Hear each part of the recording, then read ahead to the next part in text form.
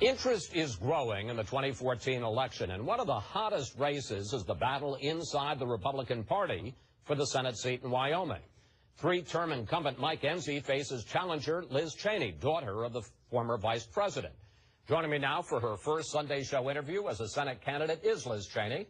And welcome back to Fox News Sunday. It's great to be back. I feel like I should be on the panel, though. Well, no, you're a guest, a full-fledged guest. Do you believe that President Obama knowingly lied when he went around the country and promised if you like your insurance plan, you can keep your plan? I do. I think there's no way he could not have known the truth. There was very clearly a situation in which they were thinking, you know what, the media never holds us accountable. They're not going to hold us accountable here. He believes, ultimately he wants to move to a single-payer program. I think he probably figured that he had to say this in order to get it passed. So there's no question but that he lied, and that we're all paying the price for it now. And you see real turmoil, frankly, inside the Democratic Party, because now even Democrats are having to admit what the president said was fundamentally untrue, and that this has been a train wreck. All right. Your opponent in this race, Senator Enzi, voted against Obamacare, but you say that's not enough, and you point to the fact that he was a member of the so-called Gang of Six that beforehand worked, 3 Republicans, 3 Democrats, to try to work out a compromise. Unsuccessfully, he then dropped out and voted against it. Isn't that what legislating is about? You know, legislating is about knowing where to draw the line. Certainly, at some point, we all believe in compromise for the good of the nation.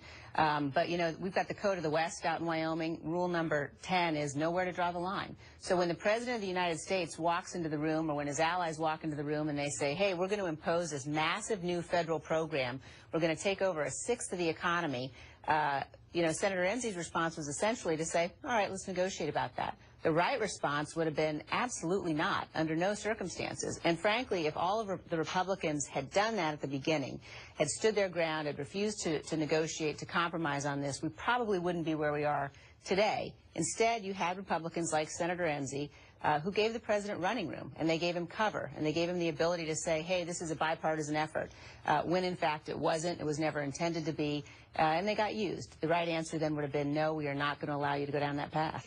You've started running your first TV ad of the campaign, and here's a clip.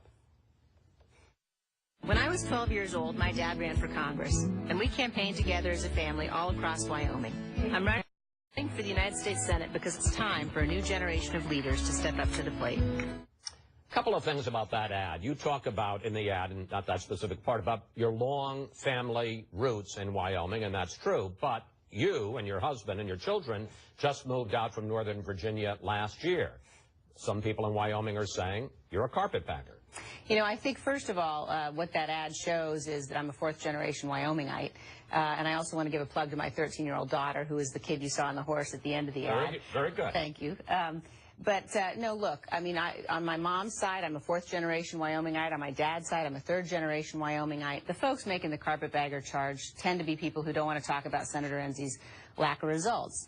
And I would say also the time that I spent outside Wyoming, the time that I spent working inside federal agencies in Washington, D.C., is experience that's very important for what I think has got to be the top priority of Wyoming's senator, which is rolling back the massive expansion of our federal government, cutting agencies, cutting their size, cutting their funding. We've got to get the federal government under control. Sitting in Wyoming, the absolute abuse that's going on by agencies like the EPA, the BLM, the war on coal, this president's policies across the board involve a massive, unsustainable expansion of the federal government. Having worked inside federal agencies, I know how to cut them. I know what it's going to take to roll it back, and that's got to be our top priority. You also say in that ad, it's time for a new generation. But let's take a look at Mike Enzi's record. Let's put it up on the screen. He has a 93% lifetime rating from the American Conservative Union, 100% from the National Right to Life Committee, and an A+ from the NRA. Is there something wrong with that record, or are you just saying that at age 69, he's too old? It's not about age. It's about he's been here for 18 years, the last 5 under Barack Obama, and the people of Wyoming are suffering greatly. Ground zero for this president's policies. When you're in a position like that, it's not enough just to say, you know what, I'm going to go along to get along. I'm going to continue business as usual here in Washington. You got to demonstrate results. And it's going to take, on our side of the aisle, people who are willing to lead. People who are willing to stand up and say, you know what, The president's war on coal isn't just going to devastate Wyoming. Anybody around this country who likes to flip a switch and have the lights come on, who appreciates affordable electricity, you're with us in the war on coal. But it requires leadership. It requires mobilizing people to stand up against this onslaught of our constitutional rights, our liberties, and our values. And frankly, over the last 5 years, things have gotten worse for the people of Wyoming, not better. But if I may. You may. The president is the president. The Democrats hold control of the Senate. Just the numbers are the numbers. You say it's not enough to say I tried and that you need to push back more aggressively.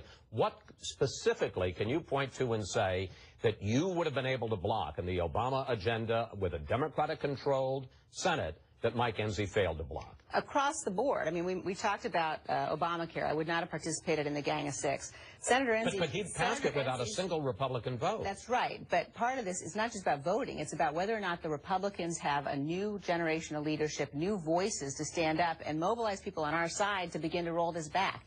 If we're ever going to be able to change the fact that the Democrats have the majority, we got to get a new generation elected on our side. Secondly, Senator Enzi's hallmark piece of legislation is something that he's done with Dick Durbin, one of the most liberal members of the United States Senate. That's the internet sales tax. I fundamentally believe either you're on the side of the government has got plenty of money, we need to have people keep more of their own money, or you're looking for ways to tax people more. The internet sales tax is a way to tax people more. As Wyoming Senator, I would every single day be fighting to help people in Wyoming keep more money in their own pockets. Some of your conservative critics, and frankly, some of the Enzi people, say that you have flipped positions on some issues to try to attract Wyoming voters that you didn't previously hold. You now say that you oppose same-sex marriage, but they point out that in 2009 you opposed a constitutional amendment. I know you say it's a state issue, a constitutional amendment that would have banned same-sex marriage, and they point out that you supported the State Department offering benefits to same-sex partners. They say that's a flip. It's not, and I stand by both of those positions. I don't believe we got to discriminate against people because of their sexual orientation. If people are in a same-sex relationship and they want their partner to be able to have health benefits or be designated as a beneficiary under life insurance, there's no reason we shouldn't do that. I also don't support amending the Constitution on this issue. I do believe it's an issue that's got to be left up to the states. I do believe in the traditional definition of marriage. But frankly, Senator Enzi's friends and supporters are running a really scurrilous ad in Wyoming. And the senator has said many times that he doesn't believe in gutter politics. He's said that he won't stoop to that level.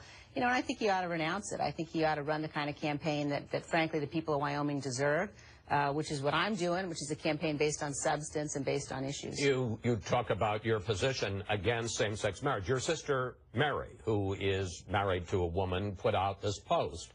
She said, for the record, I love my sister, you, but she is dead wrong on the issue of marriage. Yeah, and listen, I love Mary very much. I love her family very much. This is just an issue on which we disagree. Finally, the primary is not till next August. I mean, this is a long time from now. Your dad has already gotten into a dust-up with Senator Enzi. Your mom has gotten into a dust-up with former Senator Ellen Simpson, who's supporting Enzi. Any qualms about getting involved in what almost seems like a family feud inside the Wyoming Republican Party? No, look, I think the statement that the state party put out the day I announced is a very good one. They said they remind the people of Wyoming that this seat doesn't belong to any individual, belongs to the people. I think primaries are very healthy. I think it's a good thing for the state, for the party. The voters ought to have a chance to make a decision. And again, Chris, we are facing huge issues. We're the stakes here in terms of the threat to our freedom, the threat to our values, what it means if we allow this president the next 3 years essentially unopposed. If we don't decide right now we're going to stand and fight, those stakes are so high that's what matters. That's why I got in this race. And I really do believe we can't continue business as usual and hope to be able to save our fundamental freedoms, to defend our constitutional rights against this onslaught. Liz, thank you. Thanks for joining us, and please come back. I sure will. Thanks, Chris.